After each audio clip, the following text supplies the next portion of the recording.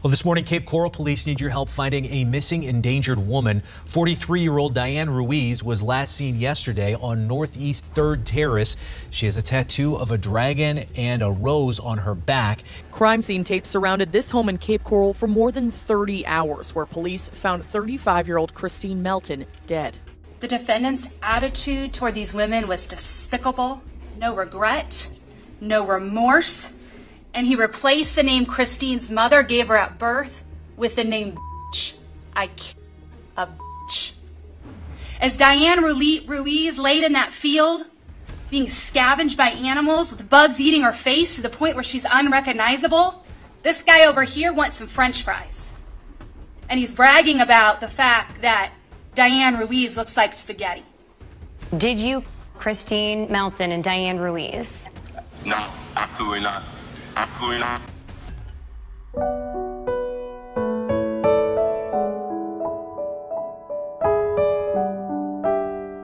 嗨，大家好吗？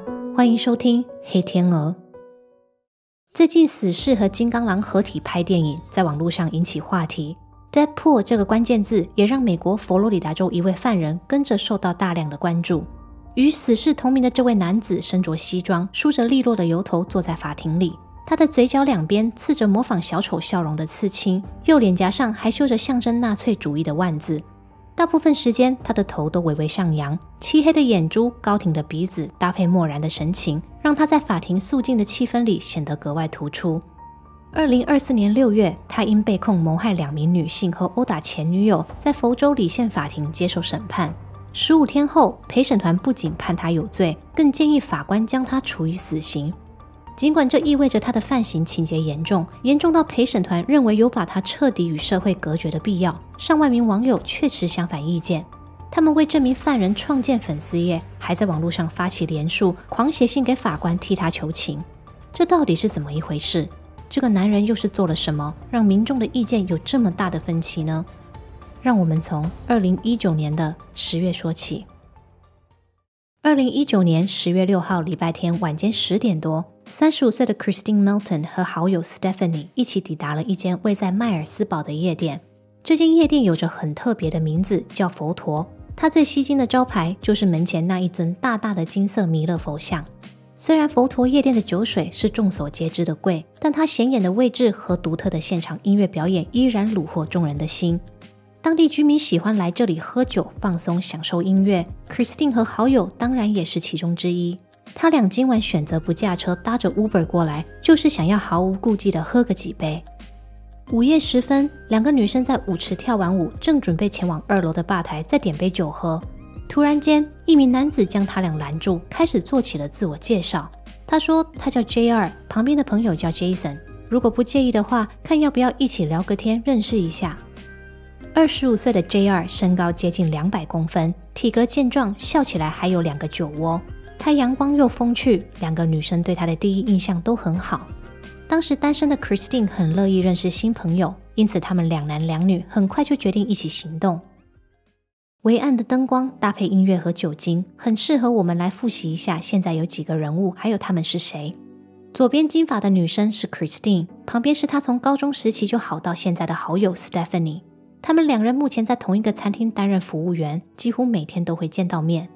右边深色短发、脖子与手臂上有刺青的这位，就是今晚主动出击的 JR。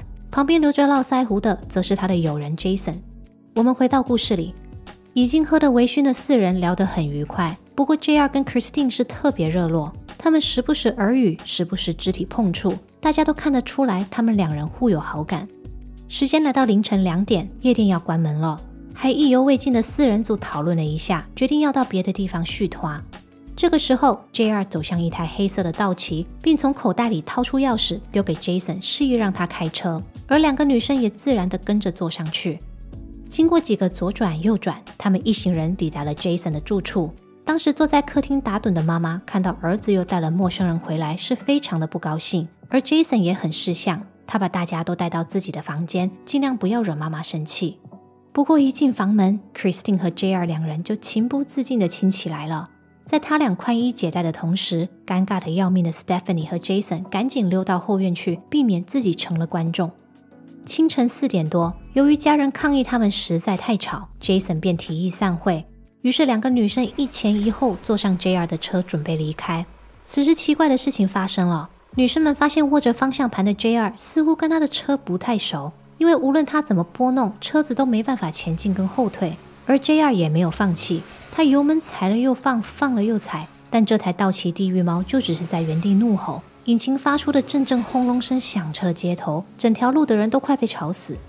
原本已经送客的 Jason 一听，赶紧从屋里冲出来，他生气地帮 JR 把车倒出去，拜托他赶快走。而 JR 也不是不想，是他不会，因为道奇地狱猫是台手排车，而 JR 不会手动打档。车主不会开自己的车，这点绝对很诡异，但当下没有人追究。2个女生喝很多，也玩了一整晚，现在只觉得很累，想赶快回家睡觉。最后女生叫了 Uber，JR 跟着一起上车，他们3人一起返回 Christine 位在珊瑚角都铎路的住处。到家时已经接近早上5点半。由于那一天是礼拜一 ，Stephanie 要送儿子上学，自己也要上班，因此她没有久留。大约清晨6点左右 ，Stephanie 就跟 Christine 道别，在家门口，2人笑着拥抱，约好晚一点再联络。当时 JR 还在房间里，一切毫无异状。然而接近午餐时间，珊瑚礁警局接到一通报案电话。电话中，男子告诉派遣员，他的印刷店里出现一名举止怪异的男人。那位男人表示自己杀了人，希望店主能帮忙订个机票什么的，协助他逃亡。I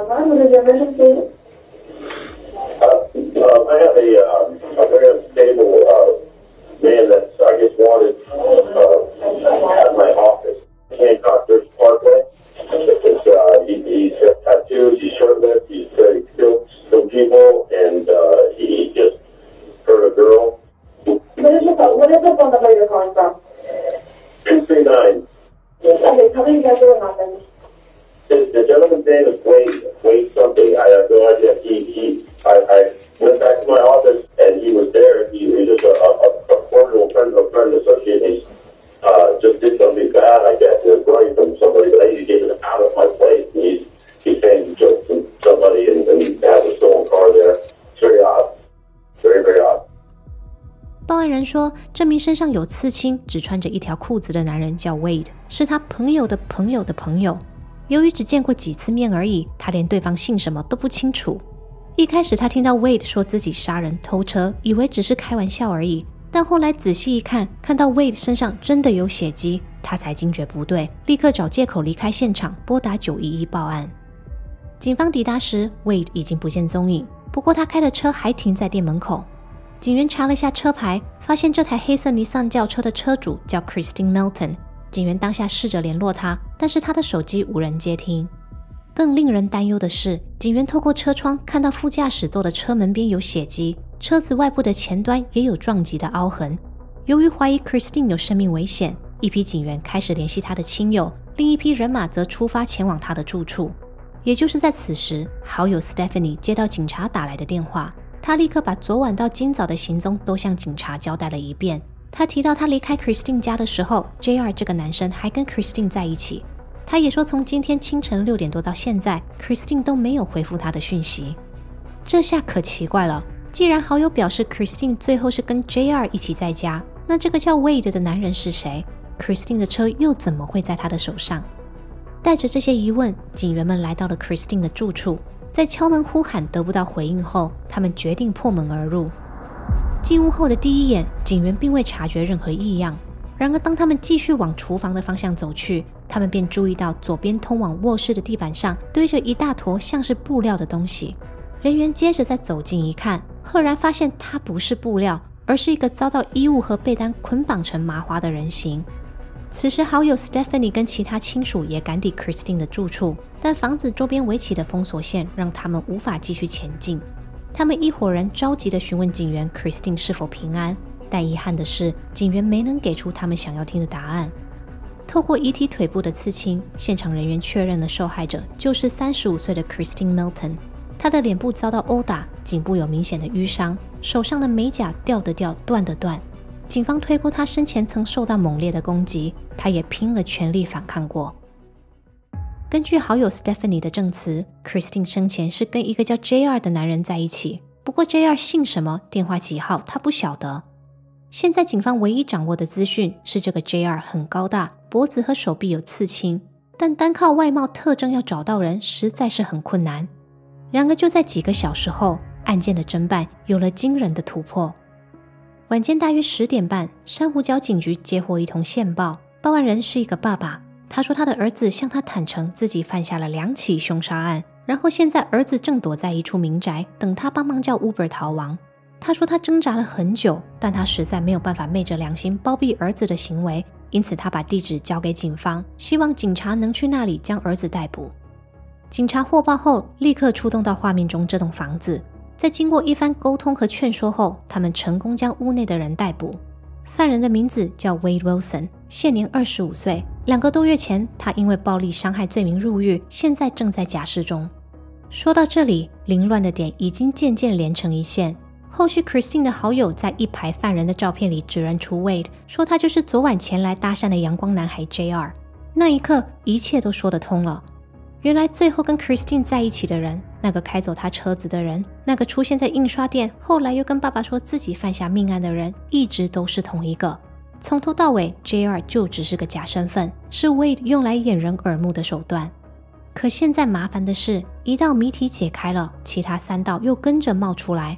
为什么 Wade 要对 Christine 动手？他跟爸爸说的2起命案又是怎么一回事？他口中所说的第2个受害者是谁呢？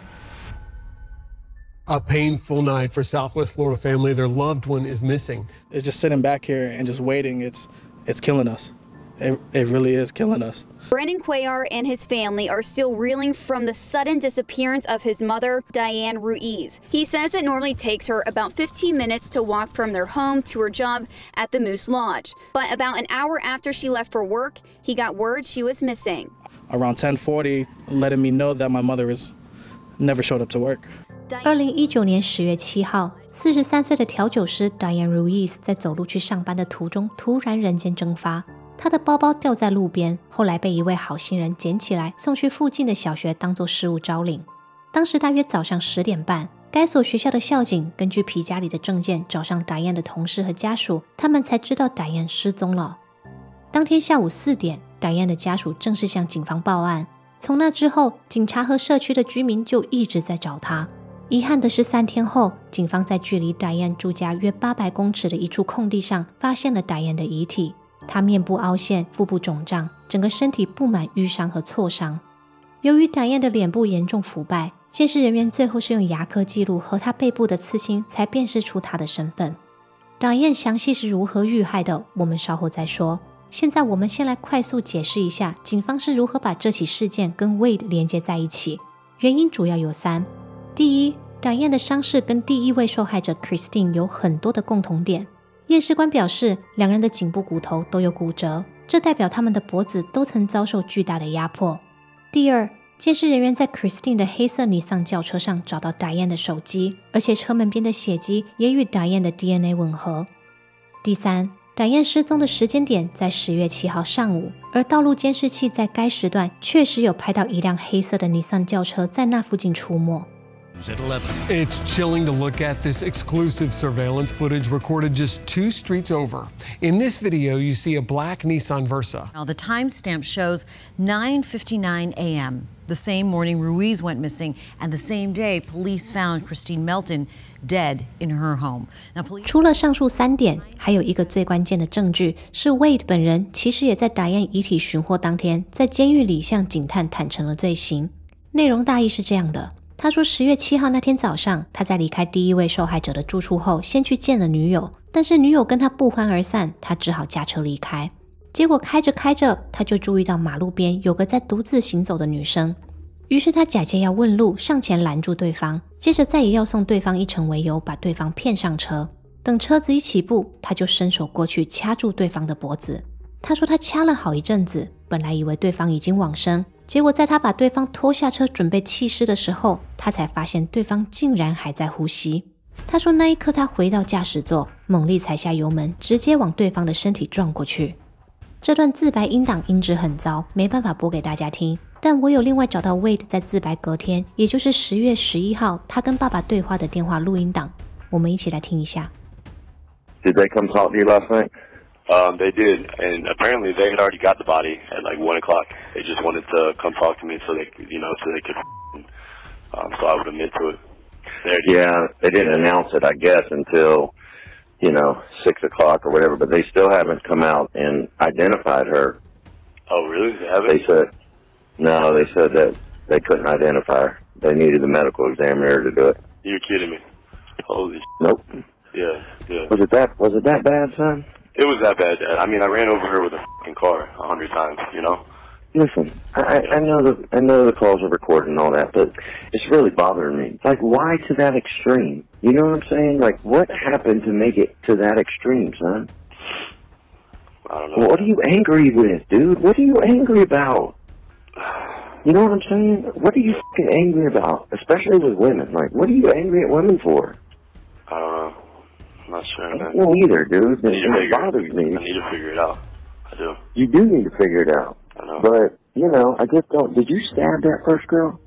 Did I stab her? No. You choked her? Yeah, just choked her, yeah. That's it. So, you didn't hear from Mila, did you? I didn't. No, I sent it when I got in the truck. I think she changed her phone number, man. She changed it. 电话中，爸爸问 Wade 是不是真的把 Diane 撞得面目全非，他回答是真的。而当爸爸问他为什么他要这么做，他说他也不知道。整个对话过程中，比起讨论两个受害者， Wade 更想知道新闻媒体怎么报他，还有他的女朋友有没有跟爸爸联络。爸爸回答他没有女友的消息，也不该有他的消息，因为他身为受害者之一，本来就不应该再跟 Wade 这个施暴者有任何的联系。没错，这起案件牵连了很多人，其中一个就是 Wade 的女友 Mila。如果要将故事的后半段梳理清楚，我们就必须直接进入庭审，亲自听证人们怎么说。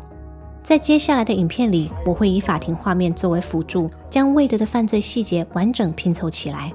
And there was a man up there with her, kind of grabbing her by the throat, and they were having an altercation. It escalated more into name calling. What names is he calling you? And all these different names. Oh, I mean, he said to me if I got out of the car, he was going to kill me. He just told me, he did something. There was 2 people gone that would not be back. He said, I'm a killer. He says, I put the window down, and they said, hey, do you know where the high school is, where the school's at? Could you show me? She got in the car. That's all it took. That's all it took. As soon as she went to get out, whatever, I grabbed her by the neck and choked her. She came back to life 3 or 4 times. I mean, she was a fighter for sure, I'll give her that. When I pushed her out, she fell out still alive, trying to get up. I backed up and just ran and hit her, ran and hit her, ran and hit her until she was not moving anymore. 由于新冠疫情从2019年年底开始扩大，加上 Wade 3度要求更换律师，他的庭审就一直延期，延到今年2024年。在这5年间， Wade 有很多令人不解的操作。他先是尝试逃狱，接着他又推翻他的自白，改称自己遭到陷害。后来他甚至主动联系媒体，要求有酬劳的受访。他说他的案子一定会红，如果记者不做个独家报道，肯定会后悔。His frenzy of messages since then have all said the same thing. He wanted to talk to me, to Fox 4, and to share something, quote, career-making, but he wanted to be paid for that information. I told him I wasn't interested. He has since threatened to bring that offer to another news agency. 除了上述这些行为的转变，我们也不得不提一下他的脸。Wade 这几年在监狱里不断地往他的脸上刺青，而且越刺越极端。他的头皮上有个大大的万字，可能觉得头发长出来就会遮住，很可惜。不久后，他又再往脸颊刺一个小的，嘴唇周围也多了几道模仿小丑笑容的缝线。审美的部分嘛，人各有志，脸是他的，他喜欢就好。不过就在庭审开始前，他向法官申请他要化妆，说希望能用遮瑕膏把刺青遮起来，免得陪审团对他有偏见。结果法官真的批准以后，他又说他不遮了，改要求他的律师为他准备西装。来来回回折腾了一阵，2024年6月10号，这个被媒体称作死士杀手的 Wade Wilson 终于步入法庭接受审判。开庭第一天，检方首先传唤 Christine 的好友和他们在佛陀夜店认识的酒客 Jason 出庭说明5年前10月6号当晚究竟发生了什么事。细节我们影片前半段已经说过，这里就不再提。不过我补充一下 Jason 提到的2个重点。他说他跟 JR 也就是被告 Wade 是当天才在夜店里认识的，两人并非朋友。而且他说他一开始有看到 Wade 跟一个金发女伴在一起，但后来不知道为什么那个女伴就先走了，留下 Wade 一个人。这个金发女伴其实就是 Wade 当时的女友 Mila Montanez， 她也是那台帅气道奇地狱猫真正的车主。2019年10月6号晚间10点左右， Mila 开着车到佛陀夜店跟男友 Wade 会合。由于她没有带包包，车钥匙就交给 Wade 放口袋保管。一开始小两口玩得很愉快，不料中途却起了口角。 Mila 说当时 Wade 一直强迫她去一个陌生人的家，但她说她真的不想去，吵到后来，她就决定先到隔壁酒吧跟其他朋友喝酒。没想到最后 Wade 却擅自开走她的车，把她一个人丢在夜店。 Yes, I expressed at least 3 times he was trying to convince me to go to a house I did not want to go to. So, did you end up going with him to the house? How did he get there? He stole my vehicle and went. How did you find out that your vehicle was... I saw it leaving the Buddha. Okay. So you were stuck at the Buddha without your car? And Amy was out there. She was watching it drive away as well, and she said, "It's okay, come to my house." When I walked outside, I noticed Mila's car to the right of me leaving, and then I noticed to the left of me at the stoop, Mila was standing there. So I was like, "Why is your car driving away?" And she said, "Wade took the car and he left." So I offered her a ride to my house if she wanted to just come to my house because I was right around the corner. Mila 说因为她家里的钥匙也放在车上，所以 Wade 这么一走，她不止没了交通工具，也回不了家。幸好当时她的好姐妹 Amy 在旁边目睹了这一切，并出手相救，那个晚上她才有地方落脚。隔天当 Amy 载着她去跟 Wade 要回车子的时候，她根本不知道 Wade 已经杀害了一名女子，也没有预料到 Wade 竟然会在众目睽睽之下把她打到送医院。2019年10月7号早上大约9点，两个女生抵达 Mila 经营的美容店。正当她们在停车场停车的时候， Wade 也到了，不过他开着一台黑色的 Nissan， 不是女友的地狱猫。于是 Mila 走到车窗边问 Wade 他的车去哪了，但 Wade 就只是一直跳针叫他上车，说先上车再讲。结果因为 Mila 不愿意， Wade 就直接暴怒，他一把抓住 Mila 的衣服，开始用蛮力想把 Mila 从窗户拉进车子里。Does this look like the car that he was driving? Yes. And again, was that a car you had ever seen before? No. Did you agree to get in the car? No. And when you would not agree to get in the car, how did he act? Violent, aggressive, tried to pull me in the car physically, and I resisted, got plank style so that he could not grab me into the vehicle. When you say you got plank style, could you just show the jurors what you mean by that?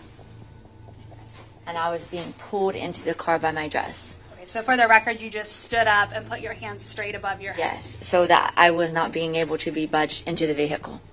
And what happens after that? He opens the car door, obviously forgets to put in park. The car starts to roll forward. He tackles me to the ground. The car grazes both of our legs and I'm pummeled to the ground. What happens after you are pushed to the ground? I start to get beat. He was ripping her dress off of her. He was pulling her hair. Her extensions were everywhere all over the ground. And then he proceeded to drag her up the stairs. She was holding onto the banister like a monkey trying to hold on, and he just kept ripping her. 这场冲突一路从停车场延伸到旁边建筑物的楼梯，再上到2楼 Mila 的美容院门前。打斗的声响非常大，大到邻居们都走出来关心。多位目击者表示，看到 Wade 把 Mila 压在墙上，又掐又揍又赏巴掌的。他们着急的帮忙报警， Mila 也趁乱逃到邻居的办公室躲藏。无奈的是，警察抵达的时候 Wade 已经开车逃逸。后续 Mila 对 Wade 提出告诉，这也是为什么 Wade 被控的罪名里除了2项一级谋杀，还有1条暴力伤害，而且全部都合并在这一场庭审里。女友 Mila 这一段补齐了，接下来我们说回最先遇害的受害者 Christine。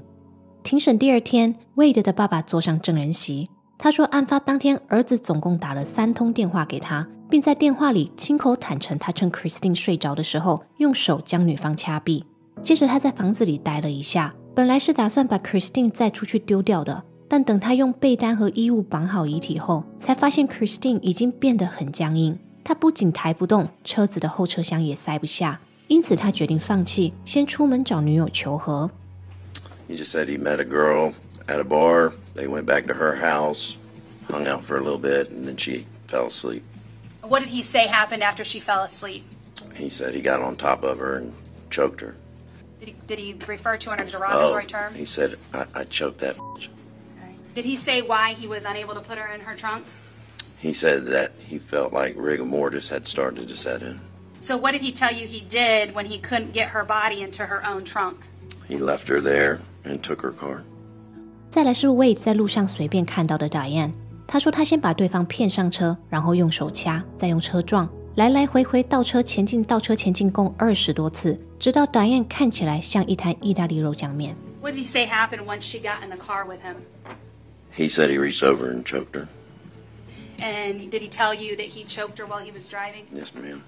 What did he tell you about the situation when he got to the place where he was going to dump her body? He said that he pulled her out of the car and realized that she was still breathing. So what did he tell you he did when he realized she's still breathing? He said he got back in the car and ran her over until she looked like spaghetti. As he's telling you all these things, what's his demeanor as he's telling you? He was excited. When you say excited, what do you mean by that? I felt like he was wanting me to feel the way he felt about it. Did he seem proud of it? Yes. Wade 后续把 Diane 留在树丛里，以为一切神不知鬼不觉，殊不知空地后方的住户已经看到他倒车离开，附近的监视器也拍到他扬长而去。由于 Wade 稍早在公众场合暴揍女友，现在警察也正在路上搜索他的车辆。接近中午时分，他就被一位警员拦下。大家现在看到的是该位员警的密录器，我们可以看到 Wade 一开始很配合，也若无其事地否认他有殴打任何人。但当警员说要拘留他的时候，他就油门一踩，不呜的一下直接开走。You're waiting on your girlfriend? Oh, okay. That's no problem. No, I got a call. Somebody was sitting in their car and everything like that. So. Oh, okay. She's on her way now. Okay. Okay. I'm going to have you step out of the car, and I'm going to detain you. Not arrest. Detain you right now. Okay? And I can't have any problems. You understand me? Because of the battery this morning. There wasn't any battery? L41. Gonna use a couple more units. Don't go anywhere. Hey.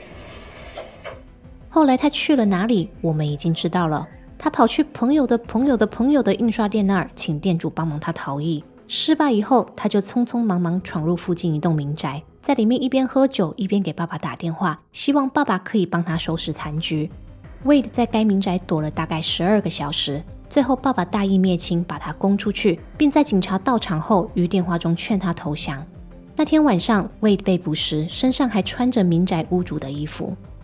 讲到这边 Wade 作案的时间序我们已经顺完了，大家可能会发现辩方律师好像没什么说到话。没有错，由于人证物证充足，加上鉴识人员在 Christine 的身上与包裹遗体的衣物上验出 Wade 的 DNA， Diane 的血液也出现在 Christine 的车子里，因此在举证的部分，检方可以说是面面俱到。辩方这边在庭审定罪阶段没有传唤证人，交叉诘问的部分也非常简短，或许是他们的策略，也或许是巧妇难为无米之炊，辩方律师其实连开场陈述都没有发表。2024年6月12号，也就是庭审的第3天，陪审团在经过2个多小时的讨论后做出了裁决。他们判定 Wade Wilson 所有罪名成立。由于 Wade 被判有罪，庭审接着就要进入量刑环节，让12位陪审员决定 Wade 是要在狱中度过余生，还是加入死囚名单。Wade Wilson 的量刑庭审于2024年的6月20号开始。检察官的论述简洁有力，他们帮陪审团重新复习一次 Wade 是如何把 Christine 掐到骨折，把他的肺、他的肝还有他的肠子打到出血。他们也提醒陪审团 Wade 是如何毫无理由的把 Diane 虐死，还向爸爸和警探炫耀他把人家压成了意大利肉酱。检察官表示 Wade 罪大恶极，唯有死刑才能够惩罚他。State of Florida is asking you to sentence the defendant to the ultimate penalty, and that's death. 轮到辩护律师上场，他们很直白的希望陪审团网开一面。律师表示 Wade 的确很坏很糟糕，但是看在他成长环境不容易，有心理疾病，又嗑药嗑到脑袋不正常的份上，希望陪审团不要剥夺他的生命。 When he's not on drugs, he's charming, he's polite, he's cool, he's in a good mood, he's friendly, he's outgoing. As you sit here, you know there's only two possible penalties. One is life in prison, which means Mr. Wilson would go to prison for the rest of his life. Mr. Wilson will die in prison, or the death penalty, in which case Mr. Wilson will die in prison.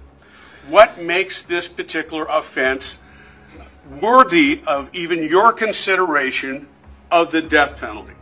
控辩双方在这个部分的交火我就不细说，基本上就是两造的医师各自提出诊断，辩论 Wade 到底有没有脑损伤，有没有精神疾病。我个人觉得更值得参考的资讯是 Wade 小时候的成长背景。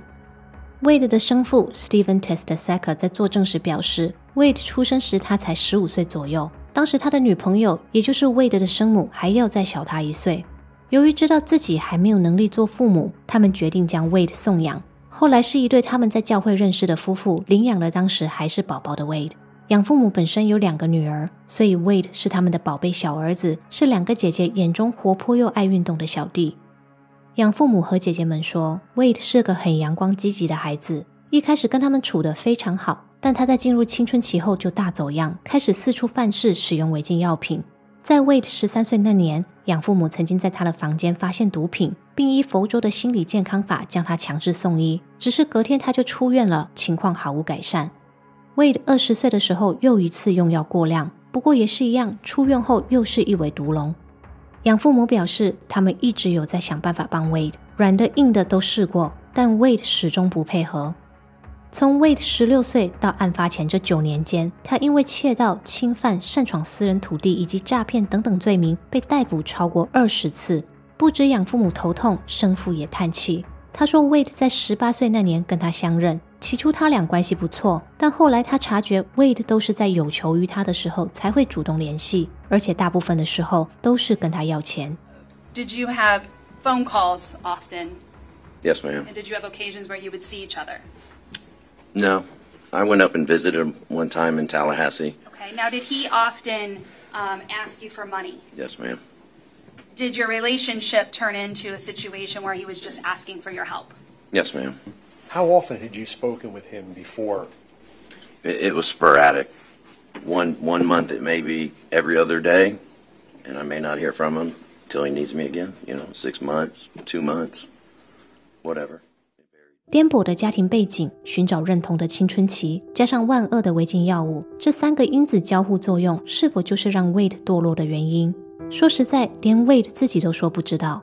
可是如今出了2条人命，案子来到法庭就是要讲求证据。辩方传唤的医师虽说 Wade 有脑损伤以及遗传生母精神疾病的可能，但 Wade 在被捕前没有任何相关的诊断记录，养父母家又在2019年12月发生火灾，所有的档案文件都烧掉了。因此检方认为辩方的论述空口无凭，可信度低，不应该纳入陪审团量刑的根据。He had 13 years of medical and mental health records, and there was no specific instances of hallucinations and no specific instances of delusions, and no diagnosis of schizophrenia. Many people, ladies and gentlemen, suffer from drug addiction, but they don't go out and commit murders. Many people suffer from mental illnesses, but they don't go out and commit murders. Many people are adopted, but they don't go out and commit murders. I would suggest that none of this mitigation, none of these mitigators explained what happened on October 7th of 2019, and that you should give them very little weight. 面对检察官的反驳，辩方律师坚持立场。他在结辩时再次强调 Wade 心理状态不稳，成长过程不易，加上案发当时他有试用毒品才会导致犯罪。律师表示 Wade 既然已经嗑药嗑到神志不清，那就代表他说的话不能尽信。像是他把受害者压成意大利肉酱这种言论，或许只是他乱讲的。律师说，当然这些都不能作为 Wade 夺人命的借口，但陪审团应该要考虑这些因素，并在死刑和终身监禁之间选择后者。Do you see tire tracks in that photograph that would substantiate him running over her 10 or 20 times. The clothing is still on her. Does that substantiate him running over her 10 or 20 times? No. Why? It's a lie. He's embellishing. Why is he doing that? Who knows? He's sick. He's got a diseased mind. We can't love him less because madness has taken him from us. Lock away the monster, but show mercy to the boy inside who didn't choose this path. Know that boy is still in there somewhere, and he is still loved. Lock away the monster. 辩方律师结尾念的那几个句子，揭露自 Wade 姐姐写给法官的信。姐姐说，他们依然爱着 Wade， 因为他们知道是疯狂吞噬了弟弟的灵魂。她认为弟弟并非自愿选择犯罪这条路，也相信弟弟内心那个纯真的男孩还在。因此，她请求陪审团判弟弟终身监禁，关他，但不要杀他。2024年6月25号，陪审团在经过1个小时又45分钟的讨论后，宣布了他们的判刑建议。针对第一位受害者 Christine Melton 的1级谋杀罪名，陪审团以9-3票数建议法官判处死刑。针对第二位受害者 Diane Ruiz 的1级谋杀罪名，陪审团以10-2票数建议法官判处死刑。这个投票制是佛州于2023年通过的新法，现在陪审团推荐死刑的要求已经从全体一致改为只需8票赞成。2024年7月23号，本来是法官要宣判刑期的日子，但因为辩方律师提出动议，说能帮 Wade 作证脑损伤的医师来不及出庭，还有2023年的新法在是否能溯及既往这点尚不明确，因此辩方律师申请将刑期的宣判延后。目前判刑听证会改定在2024年8月27号，届时法官会在检视证据，决定是否听取陪审团的建议。Christine Melton was my best friend and my cousin until October 7th, 2019. It is my task to describe this beautiful human and to somehow capture Christine in a way that 12 strangers and 2 alternates can understand, using only my words. And I will do so sitting no more than 20 feet from the convicted, who beat Christine, murdered Christine, and threw her away like garbage. 35岁的 Christine 爱笑爱运动，亲友说她幽默善良又体贴。你如果受了委屈，她会比你还要气；你如果需要帮忙，都不需要开口，她就会主动为你去做。可是如今这个朋友心中最温暖的存在，这个孩子们最喜欢的阿姨无故丧命，还被包得像垃圾一样随意丢弃。Christine 的表姐表示，检察官的确为他们赢了庭审，但失去 Christine 的他们早就输了。That's Christine and Monty. That was her cat, the one who sat next to her crumpled body. That is my Christine and my son, her godchild. It hangs in his room so that he remembers what she looks like. Losing Christine has been like loving Christine. It's changed the courses of our life forever. The loss of Christine is a wound that will never heal. Ever. You left for work around 6:30 in the morning, you said? Yes. So you didn't see her after you'd left, is that correct? Nope. Did you have any contact with her after you left for work that day? A brief text message. She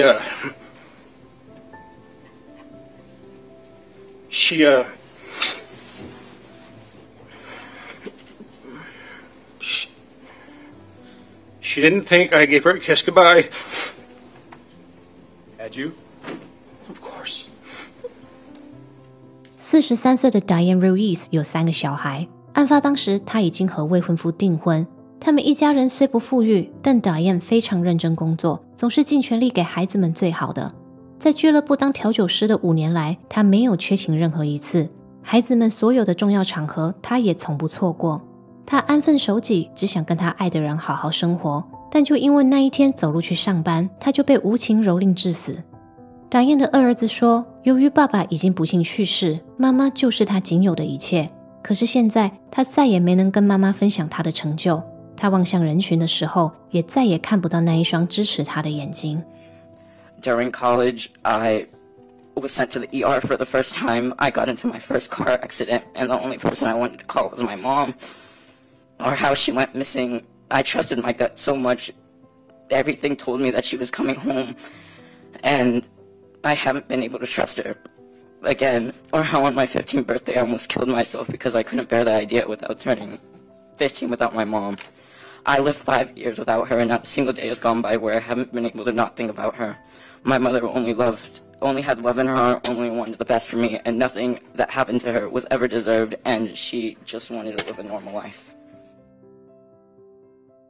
犯人被定罪，理当是案件要落幕的时候，但这起事件却还包含了案外案和正在发酵的危机。Wade 落网后，他的前任女友 Kelly Matthews 出面讲述了自己的遭遇。他说2018年当时他和 Wade 在一起大约半年，起初两人幸福美满，快乐同居，但几个月后 Wade 就在跟他吵架时打他、咬他，还用衣物捆绑他的手脚，并在违背他意愿的情况下侵犯他。Kelly 表示事发后他到医院验伤，并拿着验伤单去警局报警。不过承办的警员说，因为证据不足，他的指控无法成立，然后事情就这么不了了之。结果不到1年 Wade 谋害了2名无辜的女子。Kelly 表示，如果当时警方没有随便打发他，那这2个女生或许就不会受害。Kelly 在媒体前自揭伤疤需要勇气，但许多人认为他只是想蹭想红。这些批评的声音在 Wade 正式受审后更是升级成无情的炮轰。